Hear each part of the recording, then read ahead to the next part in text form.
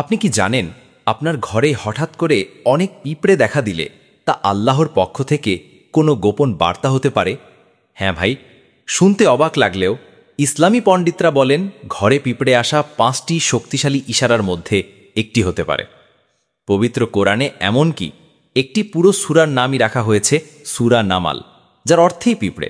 আল্লাহ তাআলা এই ছোট্ট প্রাণীটিকেও এত গুরুত্ব দিয়েছেন যা আমরা অনেকেই জানি না। আজকের এই গল্পে আমরা জানব পিঁপড়ে কিভাবে নবী সুলাইমান আলাইহিসসালামের সাথে কথা বলেছিল, কিভাবে তারা আল্লাহর জিকির করে, আর ঘরে পিঁপড়ে আসলে আপনি কিভাবে বুঝবেন এটার রিজিক নাকি বার্তা। আসসালামু আলাইকুম প্রিয় দর্শক, আপনার প্রতি আমার আন্তরিক সালাম ও ভালোবাসা। চলুন শুরু করি এই আশ্চর্যজনক কাহিনী। অনেকেই জানেন না ইসলামে ঘরের ভিতরে পিঁপড়ে হত্যা করা নিরুৎসাহিত। হ্যাঁ, আপনি ঠিকই শুনেছেন। এই পিঁপড়েরা অনেক সময় আল্লাহর পক্ষ থেকে একটি গোপন বার্তা নিয়ে আসে। আজকের গল্পটি জানলে আপনি বুঝতে পারবেন একটি পিঁপড়াও কিভাবে আল্লাহর হুকুম মানে আর কিভাবে সে আল্লাহর রিজিক পৌঁছে দেয়।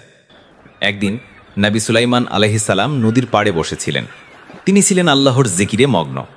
তখন হঠাৎ তিনি দেখতে পেলেন একটি ছোট্ট পিঁপড়ে মুখে সামান্য খাবার নিয়ে ধীরে ধীরে নদীর দিকে যাচ্ছে। পিঁপড়েটি খুবই সাবধানে হাঁটতে হাঁটতে নদীর পাড়ে পৌঁছালো। নবী সুলাইমান আলাইহিসসালাম কৌতূহল নিয়ে তাকে লক্ষ্য করলেন। ঠিক তখনই পানির ভিতর থেকে একটি ব্যাঙ ভেসে উঠল, আর ব্যাঙটি তার মুখ খুলে দিল, আর পিঁপড়েটি একদম শান্তভাবে ব্যাঙের মুখে ঢুকে গেল। এটা দেখে নবী সুলাইমান আলাইহিসসালাম চিন্তা করলেন, এটা কি, ব্যাঙ বুঝি এখনই পিঁপড়েটিকে খেয়ে ফেলবে? কিন্তু না, যা ঘটল এরপর তা ছিল আরও বিস্ময়কর। ব্যাঙটি তার মুখ বন্ধ করে নিল এবং পানির নিচে ডুবে গেল। নবী সুলাইমান আলাইহিসসালাম সেই দৃশ্য একদম মনোযোগ দিয়ে দেখতে লাগলেন। তিনি জানতেন এই ঘটনার পিছনে নিশ্চয়ই আছে আল্লাহর কোন রহস্য। কিছু সময় পর ব্যাঙটি আবার ভেসে উঠল, সে মুখ খুলল, আর সেই পিঁপড়েটি একদম নিরাপদভাবে বেরিয়ে এলো। কিন্তু এবার নবী সুলাইমান আলাইহিসসালাম লক্ষ্য করলেন পিঁপড়েটির মুখে আর কোনো খাবার নেই। তিনি ভাবলেন, খাবার গেল কোথায়? এটা কোথায় পৌঁছালো? ব্যাঙটাকে কোথায় নিয়ে গেল? তখন নবী সুলাইমান আলাইহিসসালাম, যিনি ছিলেন একমাত্র নবী, যিনি পাখি, পশু, পোকামাকড়, এমনকি গাছের ভাষাও বুঝতেন, তিনি পিঁপড়েটিকে জিজ্ঞেস করলেন, হে ছোট্ট পিঁপড়ে, আমি দেখলাম তুমি মুখে খাবার নিয়ে যাচ্ছিলে, ব্যাঙের মুখে ঢুকলে, আবার ফিরে এলে, কিন্তু তোমার মুখে আর খাবার নেই। আসলে কি ঘটল? পিঁপড়েটি বলল, হে আল্লাহর নবী, আমি প্রতিদিন এই নদীর নিচে একটি পাথরের নিচে থাকা একটি কৃমির জন্য খাবার নিয়ে যাই। সেই কৃমি এমন এক জায়গায় বাস করে যেখানে আলো পৌঁছে না, সে নিজের খাবার সংগ্রহও করতে পারে না। আল্লাহ আমাকে এই কাজের দায়িত্ব দিয়েছেন। প্রতিদিন আমি তাকে খাবার পৌঁছে দেই, আর ব্যাঙটি আল্লাহর পক্ষ থেকে নিযুক্ত, যে আমাকে নিজের মুখে করে পানি নিচে নিয়ে যায়। আমি কৃমির কাছে পৌঁছাই, তাকে খাবার দেই, সে খেয়ে তৃপ্ত হয়। তারপর ব্যাঙটি আমাকে আবার উপরে নিয়ে আসে, একদম নিরাপদে। নবী সুলাইমান আলাইহিসসালাম পিঁপড়ের কথা শুনে বিস্মিত হলেন। তিনি অনুভব করলেন আল্লাহ কিভাবে তার সৃষ্টিকে দায়িত্ব দিয়ে পরিচালনা করেন। তিনি আবার পিঁপড়েটিকে জিজ্ঞেস করলেন, তুমি যখন সেই কৃমিকে খাবার দাও, সে কি কিছু বলে? পিঁপড়েটি বলল, জি হ্যাঁ হে আল্লাহর নবী, আমি সবসময় ওর মুখ থেকে একটি কথা শুনি, যা শুনে আমার হৃদয় কেঁপে ওঠে। কি বলে সে, আমাকে বলো।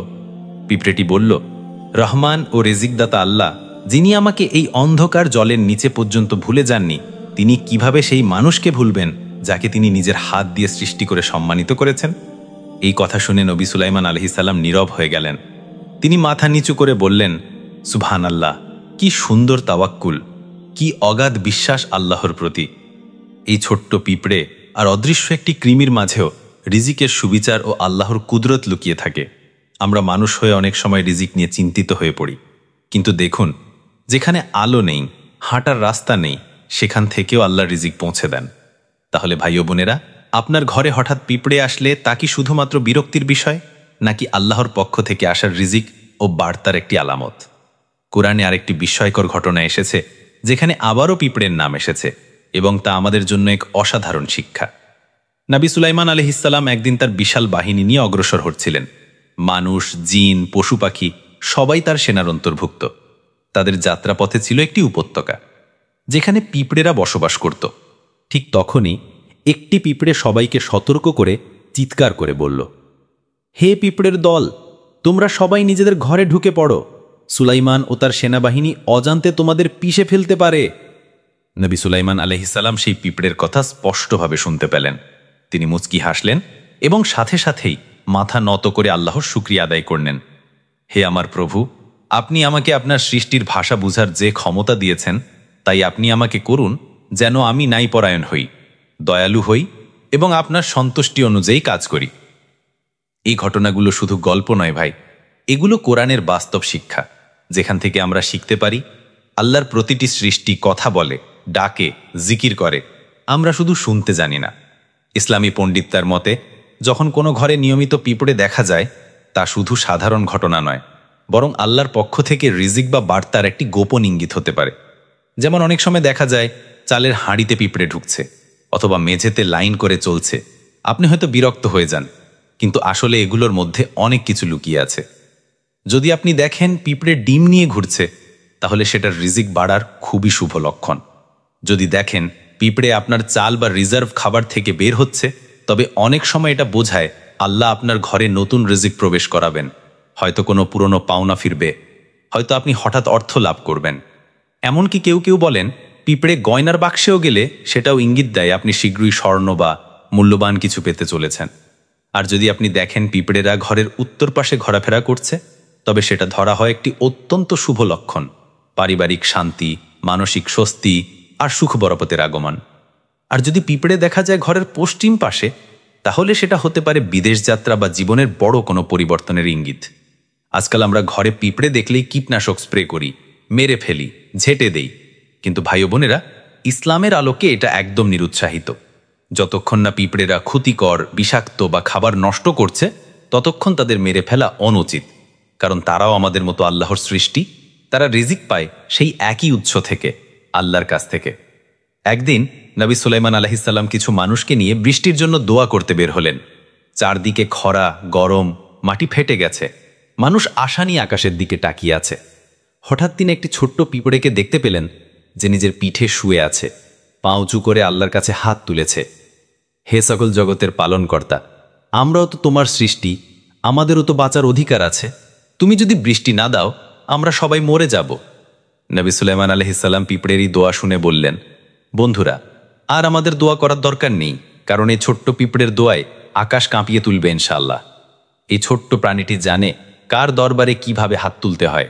আর আমরা, যারা মানুষ, যারা আশরাফুল মাখলুকাত, আমরা কি করছি?